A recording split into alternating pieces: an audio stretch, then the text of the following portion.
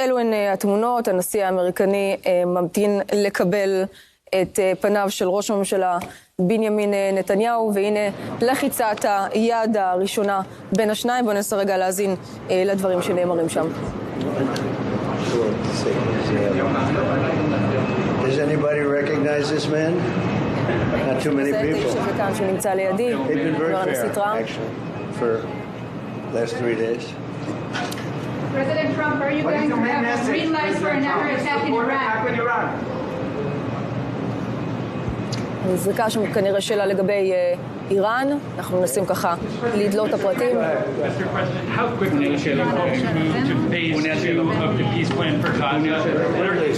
As quickly as we can, but there has to be a disarmament, you know, that we have to disarm with Hamas.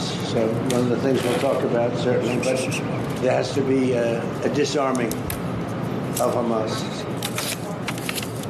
Otherwise, very quickly. Yeah.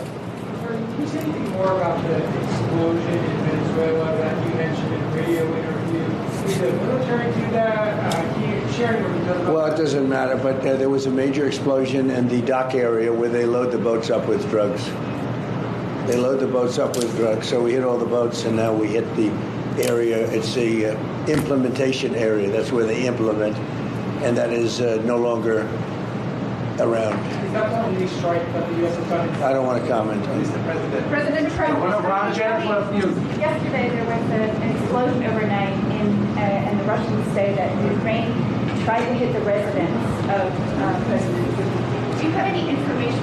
No, I don't know about it, actually, and I don't, I just heard about it, actually, but I don't know about it. No. Did you speak with That would be too bad. That would not be good.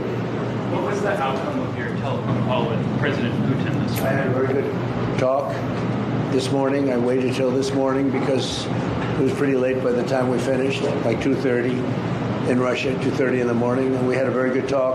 We spoke at 8 o'clock in the morning hour time, and it was a very productive talk. I mean, we have a few very thorny issues, as you can imagine. He knows about thorny issues probably better than anybody in the world, but it's working out. We have a couple of issues that we're going to get resolved, hopefully, and if we get them resolved, you're going to have peace.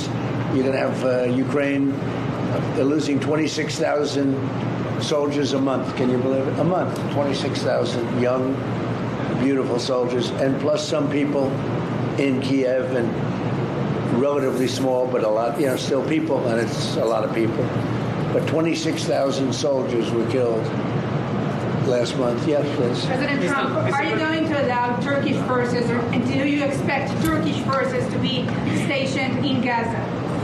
So I have a great relationship with President Erdogan, and we'll be talking about it. And if it's good, I think that's good. And a lot will be having to do with Bibi. We're going to be talking about that. But Turkey's been great, and he's been, you know, excellent as far as I'm concerned. I don't know about you. To me, he's been very good. Can you guarantee that? Sure. Yes. Mr. President, can you tell me a little bit about your relationship with Prime Minister Netanyahu and how important it is for you to see him be pardoned by the Israeli president? Look, he's a wartime prime minister. He's done a phenomenal job. He's taken Israel through a very dangerous period of trauma. Israel with other people might not exist right now, if you want to know the truth. That's a pretty big statement, but it's true. I feel that. You had the wrong prime minister. Israel right now would not exist because they were met with a force the likes of which very few countries could have handled, and we worked together, and we were extremely victorious, to put it mildly. Now I hear that Iran is trying to build up again, and if they are, we're going to have to knock them down. We'll knock them down. We'll knock the hell out of them, but hopefully that's not happening. I heard Iran wants to make a deal. If they want to make a deal, that's much smarter. You know, they could have made a deal the last time before we went through, you know, a big attack on them, and they decided not to make the deal. They wish they made that deal. So I think, again, they should make a deal. They want to make a deal, but sometimes that doesn't happen. Yeah, please. Mr. Trump, right, Medbri, 24 News Israel.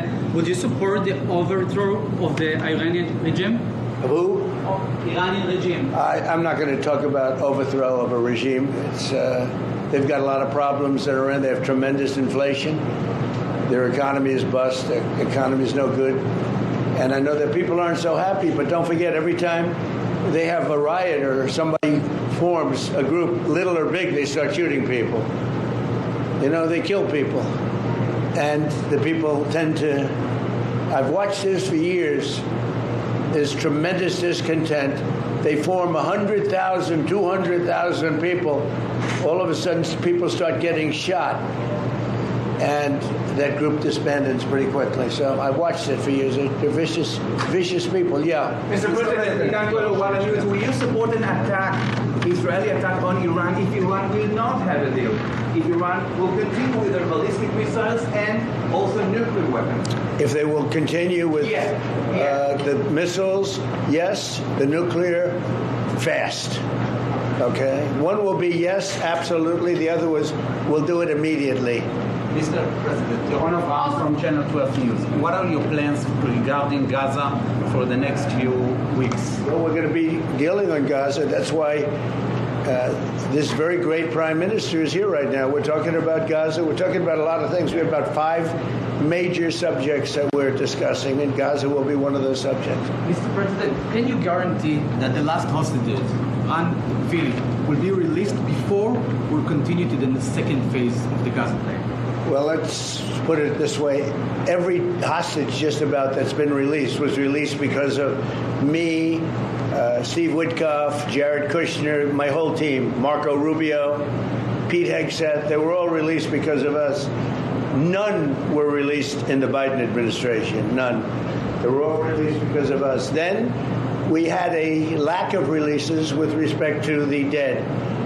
And all of a sudden they started coming back because I said, nope, you said you could even. We have one wonderful young man whose parents are right now inside.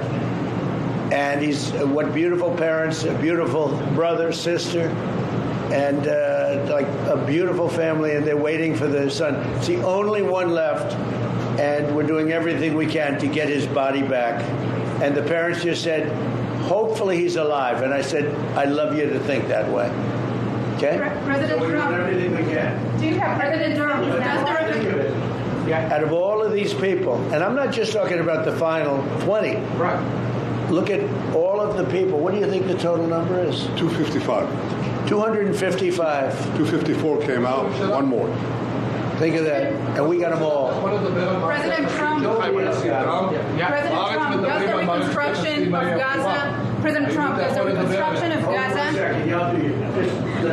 Does the reconstruction of Gaza will begin even before Hamas is disarmed? I think it's going to begin pretty soon, yeah. Before Hamas He's looking forward to it, so am I. Look, what a mess. What a mess it is. And it's been a mess for centuries, really. It's been a mess for a long time. It seems to be born for that, but we're gonna straighten it out. No, we're already starting certain things. We're doing things for sanitary conditions and others. But Gaza's a tough place. You know the expression, it's a tough neighborhood. It's truly a tough neighborhood. Yeah, you had a question in the back? Go ahead. Yeah, please, go ahead. I'll ask you about the relationship between you and the Prime Minister. What about it? They said that there is no good relationship between you. I don't think it can be better. We just won a big war together. You know, if we didn't beat Iran, you wouldn't have had peace in the Middle East because nobody would have been able, the Arab countries who have been fantastic would not have been able to make a deal. If we didn't wipe out their nuclear, we wiped it out. If we didn't wipe out with our beautiful B-2 bombers, if we didn't, and we sent a lot of Tomahawks in there also, by the way, from a submarine. And what about the pardon that the President of Israel needs to give the Prime Minister? A pardon? A pardon. I think he will. How do you not? He's a wartime Prime Minister who's a hero. How do you not give a pardon? You know, I think it's a very hard thing not to do it. I spoke to the President, and it's on, I mean, he tells me it's on its way. Mr. President. You can't do better than that, right? Please. Mr. President, can I follow up on Venezuela? Was the facility taken out by the U.S. military, or was it another entity like the CIA? Well, I don't want to say that. I know exactly who it was, but I don't want to say who it was. But you know, it was along the shore. Mr. President, have you or anyone in your administration talked to Maduro in recent days? Well, I spoke to him. Recently? Pretty recently. Reasonably, but nothing much comes of it, yeah. Mr. President, can you explain the importance... You have to understand what he's done. They've sent billions of dollars of drugs in. But maybe just as bad, they've sent hundreds of thousands of people in from jails, from prisons, from mental institutions and insane asylums. The drug lords, the drug dealers were all sent into our country. But think of it, what he's done. Tren de Aragua, probably the worst gang. They cut off people's fingers. One man made a phone call to complain about them. He cut off their hand. They cut off his hand. Don't ever make a phone call again. We'll cut off your hand. After that, we'll kill you, they said. That was in Colorado. They sent in all of the bad ones. They sent in some bad people. And that to me was just terrible. And they send in drugs. Now, I will say this. 97% of the drugs coming in by sea stopped. We're trying to figure out who the other 3% are. They have a hard time getting people to pilot those boats. But 97% of the drugs coming in by the ocean, by the sea, by water, are gone. Every boat that we take out, we save 25,000 lives of Americans. Thank you very much, everybody. We'll see you. We're going to have a big meeting, and we'll see you in a couple of hours if you'd like. And if you'd like, you can come up and have lunch like you did yesterday. Would you like that or not? Do you want that? Because some of them think it's terrible. It's a bribe. But, a bribe for $25, I don't know. If you'd like, you can go. And if you don't, you can stand in a driveway and melt. All right? But if you want, will you work on that, Margot? Yes, sir. Is Margot doing a good job? She's a star. She's too nice. Her only problem is she's too nice to you. And you're not nice to us, but that's okay. Margot, take them up and have a beautiful lunch, and we'll see you later. Are you worried that the alleged strike on Putin's residence could scuttle the peace? Yeah, I don't like it. It's not good. I heard about it this morning. You know who told me about it? President Putin told me about it. Early in the morning, he said he was attacked. It's no good. It's no good. Don't forget, the Tomahawks. I stopped the Tomahawks. I didn't want that. Because we're talking about, it's a delicate period of time. This is not the right time. It's one thing to be offensive, because they were offensive. It's another thing to attack his house. It's not the right time to do any of that. And can't do it. And I learned about it from President Putin today. I was very angry about it. What? Don't you have U.S. intelligence services that monitor that region very closely? Is there any evidence? Well, it came out. Well, we'll find out. I mean, you're saying maybe the attack didn't take place. It's possible too, I guess. But President Putin told me this morning it did. One question, Mr. President. Can you expound on the importance of a strong relationship with the state of Israel? And Mr. Prime Minister, you called President Trump the strongest friend for the state of Israel. You worked with numerous administrations, numerous presidents. Can you expound on that and what makes President Trump such a strong friend for the state of Israel? Why don't you go first? I'll say it again and again and again. We've never had a friend like President Trump in the White House. It's not even close. And I think you can judge that by not merely by the frequency of our meetings, but by the content and the intensity. I think Israel is very blessed to have President Trump leading the United States, and I'll say leading the free world at this time. I think it's not merely Israel's great fortune. I think it's the world's great fortune. Well, I just want to say that it's very important who the Prime Minister and President of Israel is. We have a great relationship. It was an honor to speak before your leaders. That was a great honor for me. I think it has not happened before, or something they told me. But the relationship's been extraordinary, and Bibi's a strong man.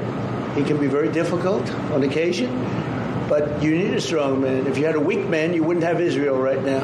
Israel would have been, Israel with most other leaders would not exist today. They would not exist. And now they're stronger than ever. Yeah, please. Are you going to ask Netanyahu to sign this agreement with Syria?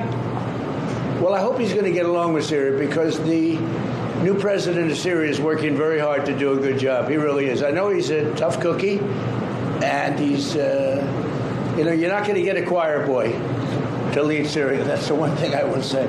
So I hope they're going to get along because, you know, I dropped the sanctions on Syria because otherwise they wouldn't have had a chance. We want to see Syria survive. So we're going to be talking about Syria too. Okay. Thank you very much, everybody. Have a good time. Go have a good lunch.